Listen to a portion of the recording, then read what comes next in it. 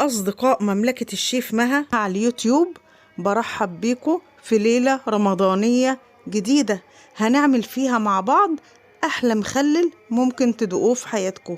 هنعمل الخيار والفلفل المخلل بس على طريقة الشيف مها محمود. وطبعا حبايب قلبي، احنا كلنا عارفين ان المخللات من الاصناف الاساسية اللي بتفتح الشهية على كل سفرة مصرية، وعلشان كده انا حريصة جدا ان انا اعمل لكم انواع مختلفة من المخللات. فالنهاردة اخترت الفلفل والخيار وبعمله قبل العيد بحوالي 5 ايام علشان ان شاء الله نفتحه على اول يوم العيد او تاني يوم العيد. يا ريت لو الفيديو ده عجبكم تشتركوا في القناة اللي ما اشتركش، واللي اشترك يشير طبعا الفيديو في الجروبات وتشيروا الفيديو لاصحابكم علشان الفايدة تعم. طبعا حبايب قلبي، انا محتاجة دعمكم ومحتاجة قناتي تكبر، وقناتي مش هتكبر الا بيكم. ويا ريت كل واحدة بتتفرج على الفيديو تقولي هي من انهي بلد، وكمان يا ريت لو تقدر تقولي انتوا بتعملوا المخلل ازاي، مخلل طبعا ايه الخيار والفلفل، علشان يعني نتبادل كده المعلومات والفايدة تعم للجميع. احبكم في الله، وكل سنة وانتوا طيبين وعيد سعيد عليكم. السلام عليكم ورحمة الله وبركاته. برحب بكم فيديو جديد من فيديوهاتنا الرمضانية الجميلة.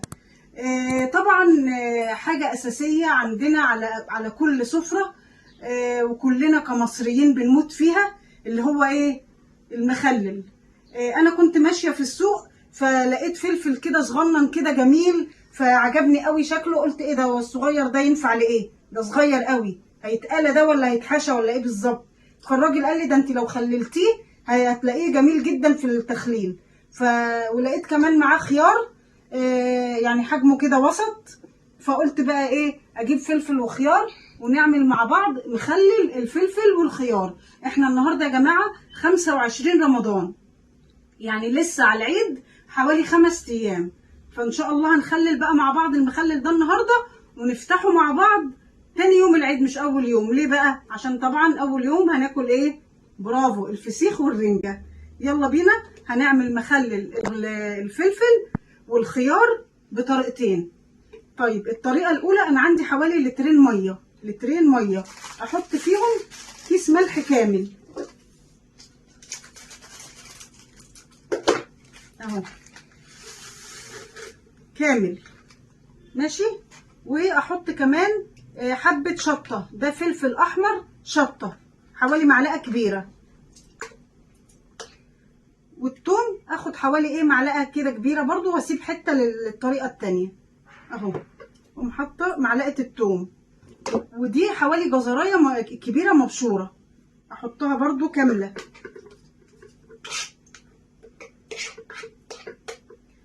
وعندي نص حزمة بقدونس مفروم بمقام 3 معالق كبار بقدونس، اقوم حطاه برضو كده.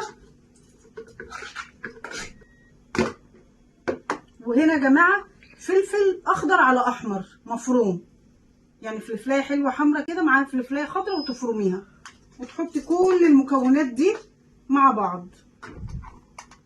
اجيب معلقه واقلب بقى الخليط بتاعنا ده، اقلبه كويس جدا علشان الملح يدوب فيه.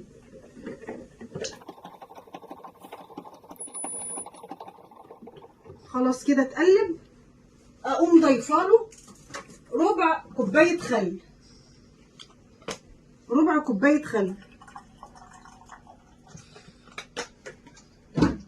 واجيب بقى برطمان اكبر، تقليبه كمان كده يا جماعه، برطمان اكبر، وابدا اسقط الفلفل فيه. طبعا غسله البرطمان كويس جدا. ابدا اسقط الفلفل فيه، الفلفل الاول. انا ده حوالي كيلو فلفل اهو. وابدا ايه، احط فيه الخيار بتاعي بعد ما اشقه شقه خفيفه كده اهي بالسكينه. وابدا بقى ايه، اغرز كده الخيار فيه.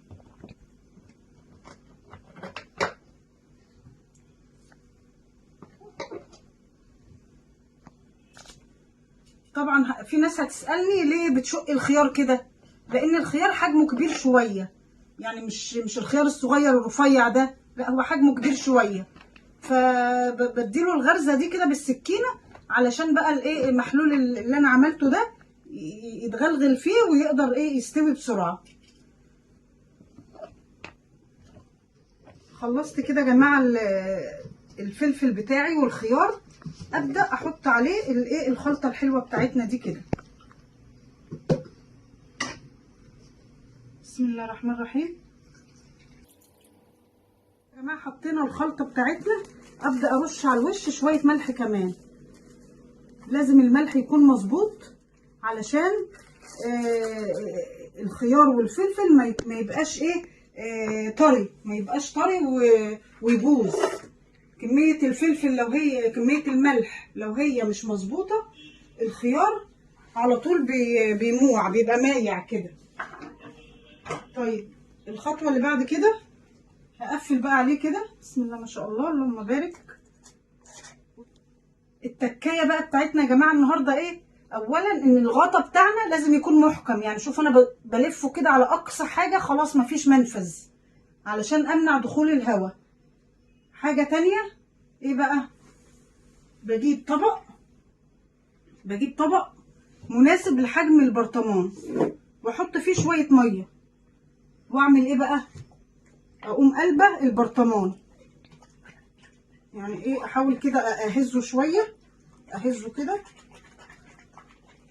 بحيث ايه يعني الخلطه دي تطلع فوق وتحت اهي زي ما انتم شايفين كده، واقوم عاملاه كده في الميه بس، ونسيه بقى، نسيه اسبوع يعني لحد تاني يوم العيد 5-6 ايام، وهتشوفوا النتيجه عامله ازاي. طب ليه انا عملت العمله دي؟ علشان اضمن ان مفيش نقطه هواء تدخل على وش المخلل تعمل لنا ايه ريم ابيض. بس احطه بقى كده على الرخامه ونعمل الخيار ايه بقيه الخيار في البرطمان الاصغر. طيب جبت برطمان اصغر اهو يا حبايبي، وابدا ارص الخيار بتاعي بنفس الطريقه ان انا ايه اشقه كده ايه شق خفيف كده، يعني ممكن حتى اميل البرطمان كده على ما اكمل رص وبعدين اعدله.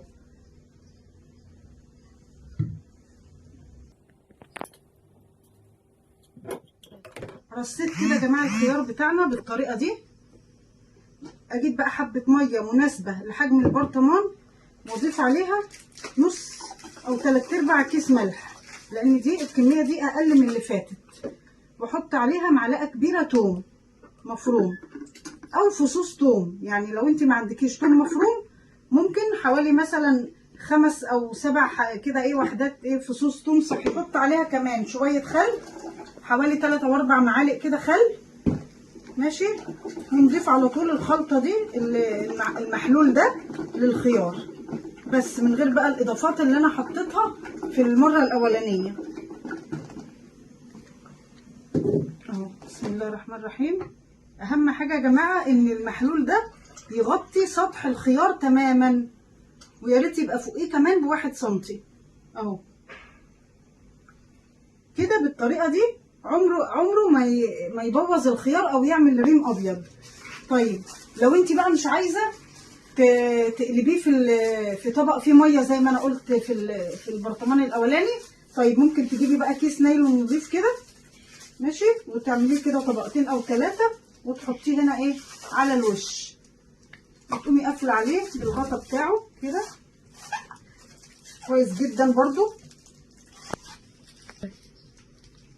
اهو كده. قفلت كويس جدا اهو تمام زي الفل. بسم الله ما شاء الله. وادي البرطمانين بتوعنا النهارده، فلفل على خيار وخيار، ان شاء الله يطلعوا زي الفل. ونتقابل بقى تاني يوم العيد لما نيجي ايه نفتح البرطمانات دي ونشوف بقى جمالها. دلوقتي يا جماعه عدى اسبوع، فهنبدا كده نفتح المخلل الجميل بتاعنا. ما شاء الله شكله جميل جدا من بره كده. بسم الله الرحمن الرحيم. اللهم بارك. واحنا قلنا احنا بنحطه ليه مقلوب كده علشان يمنع دخول الهواء في المخلل. يعني من اسباب نجاح المخلل حاجتين، ان الغطا يكون محكم جدا بحيث ما يدخلوش هواء نهائي، وحاجة كمان ان يكون الملح بتاعه مظبوط ما يكونش الملح قليل، لان الملح لو قليل هتلاقي الفلفلايه او الخياريه بقت ايه طريه كده وميعه سايبه كده من نفسها. فهنبدا كده نكشف كده ونشوف. احنا كنا عاملين برطمانين، واحد فلفل على خيار بالطريقه دي، وواحد خيار اهو بالطريقه ايه العاديه، اللي هو شويه ملح على شويه خل على حبه توم صغيرين وبس كده. تمام. نبدا نفتح ايه الاول على الخيار. بسم الله ما شاء الله، اللهم بارك.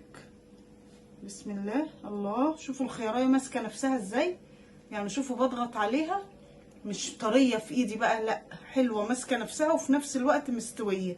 نبدا كده نفتحها مع بعض اهي. شوفوا عملت صوت ازاي، ده دليل ان هي ايه جامده وماسكه نفسها اهي. بسم الله ما شاء الله. ابدا ندوق كده. الله، عشقي عشقي الخيار المخلل، جميله جدا وحدقها مظبوط قوي. نفتح بقى على دي كده. اللهم بارك. بسم الله الرحمن الرحيم. نبدا كده نمسك اول خيارايه. الله الله، برضو نفس الحوار، خيارية جامدة ماسكة نفسها اهي. بسم الله، جميلة جدا ومستوية، حاجة في منتهى الجمال، انضف بكتير من انك تشتري المخلل ده من بره. شوفوا منظر الفلفلاية يا جماعة، شوفوا منظر الفلفلاية جامدة جميلة، لونها روعة، حدقها مظبوط قوي. بصوا اهي،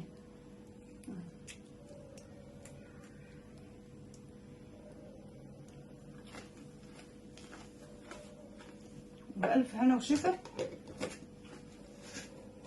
وطبعا مش عايزه اوصيكم، لو عجبتكم طريقه المخلل دي ما تنسونيش لايك كومنتات، واللي ما اشتركش في القناه من فضلكم تشتركوا في القناه وتفعلوا الجرس علشان يوصلكم كل جديد مني. والسلام عليكم ورحمه الله وبركاته.